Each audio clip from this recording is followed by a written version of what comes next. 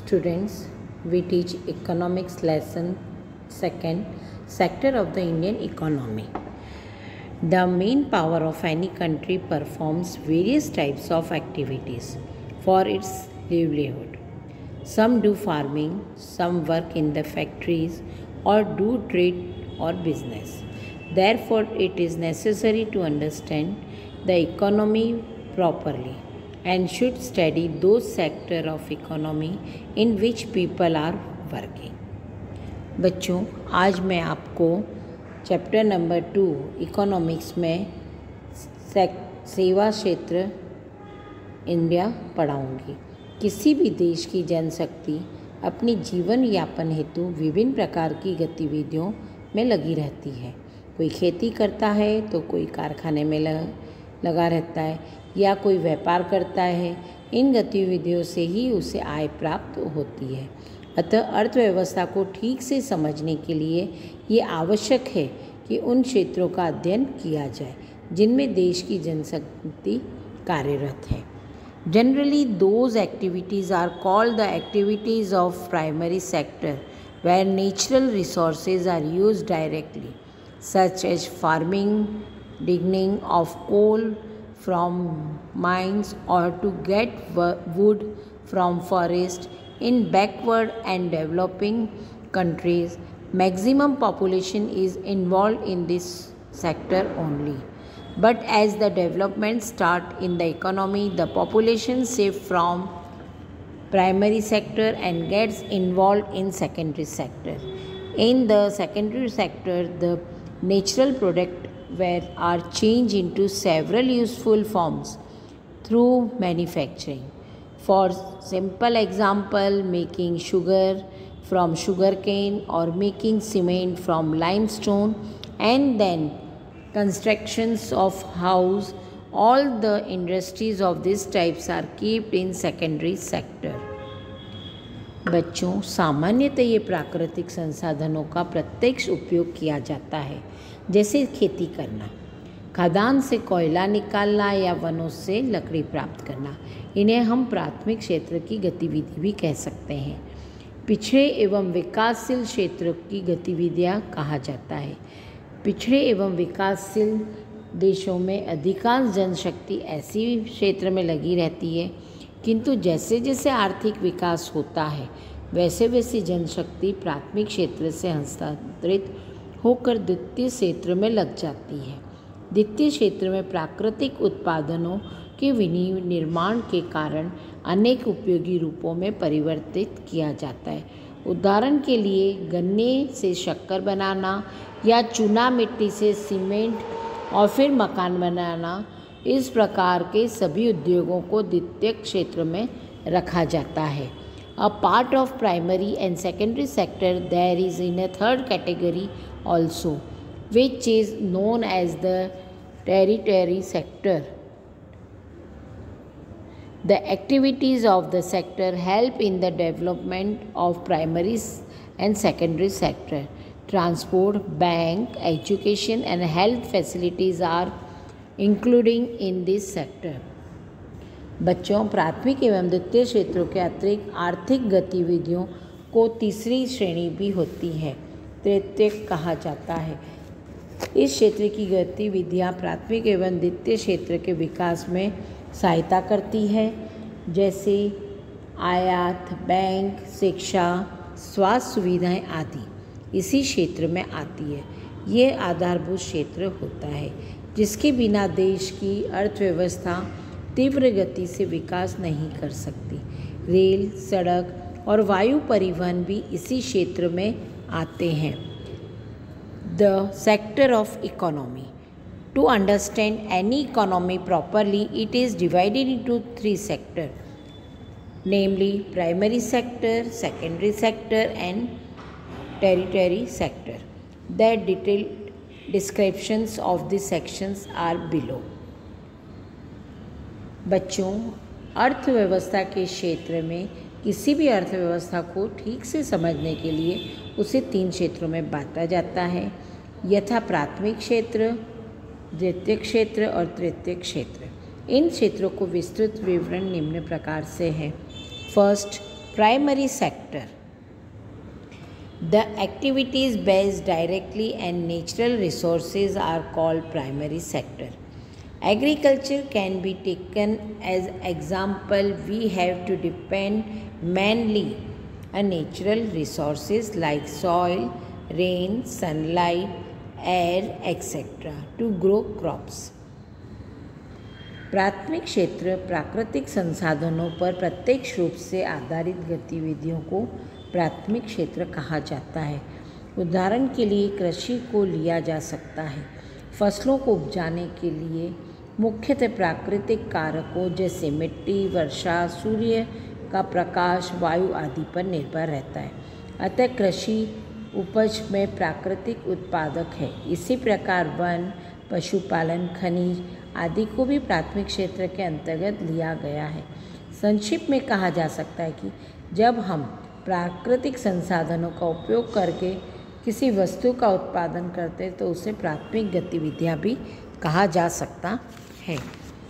इसी टाइप से types of activities, first is economics activities and second is a non economics activities. The economics activities, an activity of providing, making, buying or selling commodities or services by people to satisfy day-to-day needs of life. Any activity that includes manufacturing, distributing or utilizing product or services.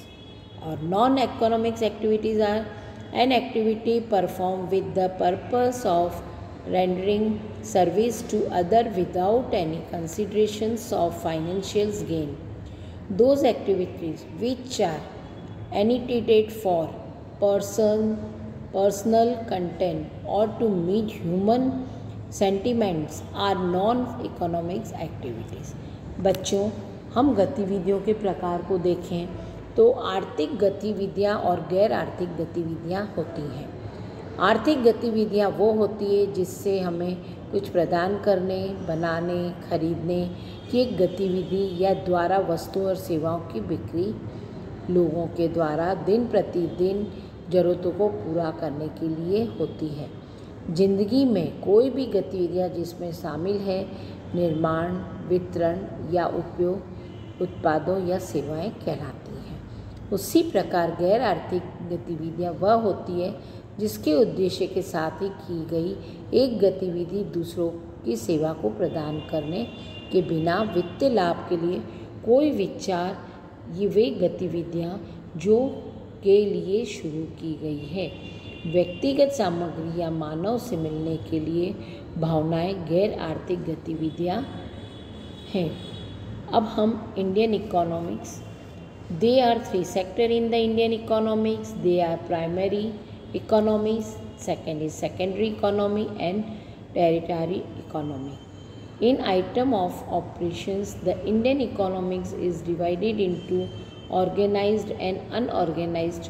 While for ownership, it is divided into the public sector and the private sector. But today we are only going to talk about the sector of India economy. What concerns of this sector? भारतीय अर्थव्यवस्था। वे भारतीय अर्थव्यवस्था में 3 क्षेत्र हैं। वह प्राथमिक अर्थव्यवस्था, द्वितीयक अर्थव्यवस्था, तृतीयक अर्थव्यवस्था। संचालन के संदर्भ में भारतीय अर्थव्यवस्था में संगठित और असंगठित में विभाजित है, जबकि स्वामित्व के लिए इसमें सार्वजनिक क्षेत्र और निजी क्षेत्र में विभाजित किया गया है। लेकिन आज हम केवल भारतीय अर्थव्यवस्था के क्षेत्रों के बारे में बात करने जा रहे हैं। इन क्षेत्रों में क्या शामिल है? First is a primary sector. This one is a sector of Indian economy. The primary sector in India is the sector which is the largely depend on the availability of natural resources in order to manufacture the good and also to execute various process. The services in this sector are entirely depend on the availability of the natural resources in order to keep the day-to-day operations running. As we have the clear idea of this sector is the best example of discuss in this sector is the agriculture asset. I also teach before this sentence. The other example in this sector include the fishing and forestry. But agriculture accounts for the large in this sector. One of these major problem that this sector faces is the underemployment and the disguised employment. Underemployment account for the workers not working to the best of their capabilities, while the latter account for the workers not working to their true positions. As the solutions to the problems, the state as well as the national government can increase the funds for the irrigation facilities and provide loans for buying high quality seeds and fertilizers. बच्चों, भारतीय अर्थव्यवस्था के क्षेत्र को हम समझेंगे। इसमें हमें सबसे पहले प्राइमरी सेक्टर देखते हैं। भारत में प्राथमिक क्षेत्र वह क्षेत्र है जो माल के निर्माण और विभिन्न प्रक्रिया को निष्पादित करने के लिए प्राकृतिक संसाधनों की उपलब्धता पर काफ़ी हद तक निर्भर है। इस क्षेत्र में सेवाएं पूरी तरह से प्राकृतिक संसाधनों की उपलब्धता पर निर्भर है ताकि दिन प्रतिदिन कार्यों को चालू रखा जा सके। जैसा कि हमारे इस क्षेत्र का स्पष्ट विचार है, इस क्षेत्र में चर्चा करने का सबसे अच्छा उदाहरण कृषि क्षेत्र है। जैसा कि हमने इसके पहले ही समझ लिया है, इस क्षेत्र के अन्य उदाहरणों में मछली पकड़ना, वानिकी शामिल है, लेकिन कृषि इस क्षेत्र का सबसे बड़ा क्षेत्र है। इस क्षेत्र के सामने एक प्रमुख समस्या अल्प रोजगार और प्रच्छन्न रोजगार, श्रमिकों की अपनी क्षमताओं के अनुसार काम नहीं करने के लिए अल्प रोजगार का कारण है, जबकि बाद में वाले का कारण यह है कि श्रमिक अपनी वास्तविक क्षमता के लिए काम नहीं कर रहे हैं। समस्याओं को समाधान के रूप में राज्य साथ ही साथ राष्ट्रीय सरकार की सुविधाओं के लिए भी धन बढ़ा सकती है और उच्च गुणवत्ता वाले बीज और उर्वरक खरीदने के लिए ऋण प्रदान कर सकती है। Now we see the secondary sector. Secondary sector, under the activities of this sector, the natural product ingredients which are used to create the service and product offer in which at the end are used for consumptions in terms of value added to product and services. This sector is the best sector. The major examples that fall under this category are transportations and manufacturing. Both this sector and product is the consumptions by the people. This sector is responsible for the employment of people. This sector, almost 14% of the entire workforce currently working in India. The secondary sector also contributes to almost 28% of the share of GDP. This sector is a backbone of the Indian economy and there are more development and growth in the near future. बच्चों, माध्यमिक क्षेत्र, उसको द्वितीयक क्षेत्र भी कहा जाता है। इस क्षेत्र में अर्थव्यवस्था उन प्राकृतिक अवयवों पर निर्भर है जिनका उपयोग सेवाएं और उत्पादों को बनाने के लिए किया जाता है और जो अंत में उपभोग के लिए उपयोग भी किया जाता है।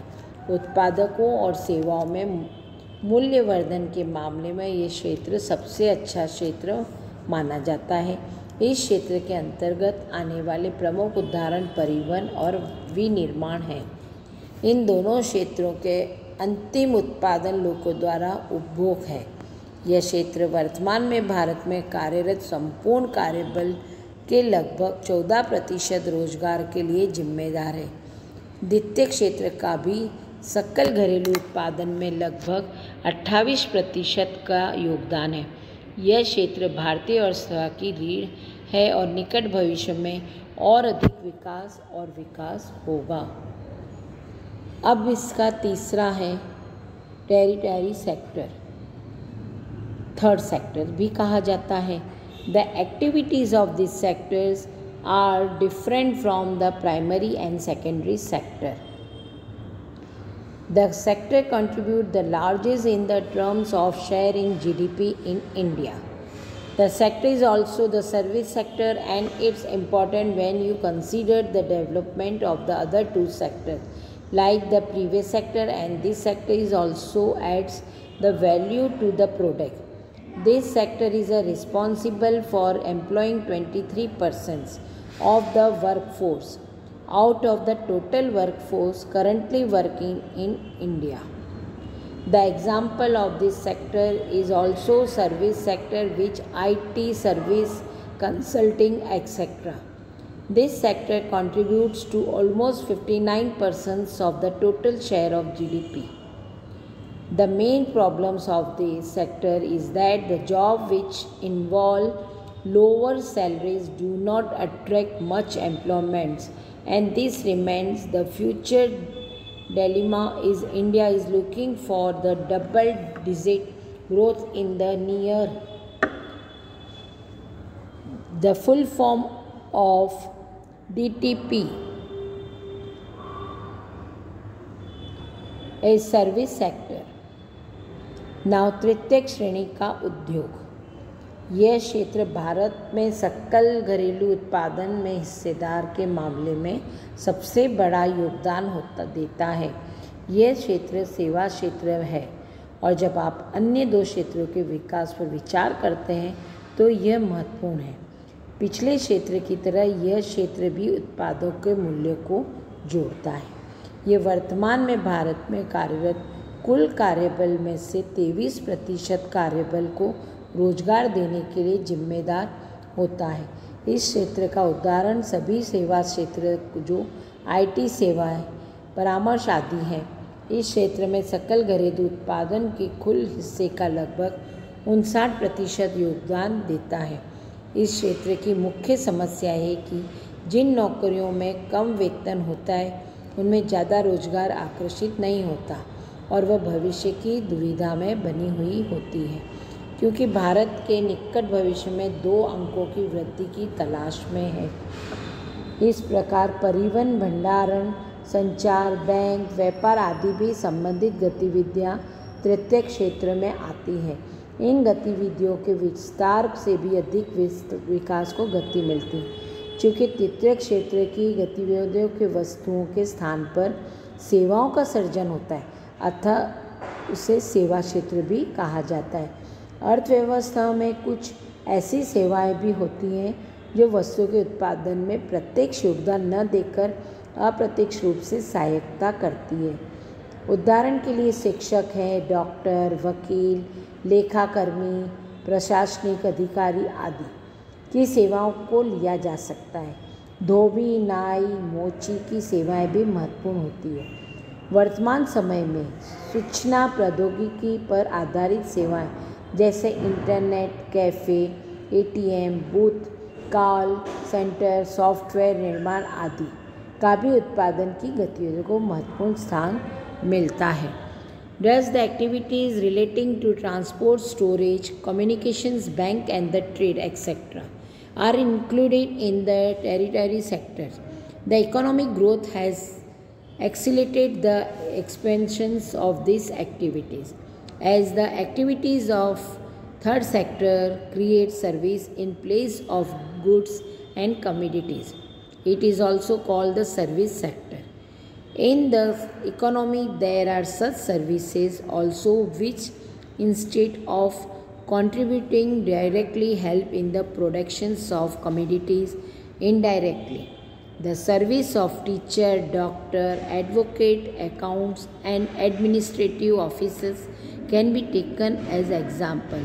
Service of washerman, barber and cobbler are also very important. At present, the service based on information technology such as internet cafe, ATM booths, call center, manufacturing of software etc. are also very important in the activities of productions. Now, comparisons of the contributions of each sector to the GDP. The sum of the productions of three sectors give us what is called the gross domestic product, short form of GDP of a country. It is the value of all final goods and services produced within a country during a year. The GDP shows how big the economy is. It is the value of the final goods and services produced within a country during the particular year. In India, the mammoth task of calculations of GDP is performed by the Central Statistics Office, which comes under the Ministry of Statistics and Program. सकल घरेलू उत्पादन में प्रत्येक क्षेत्र के योगदान की तुलना।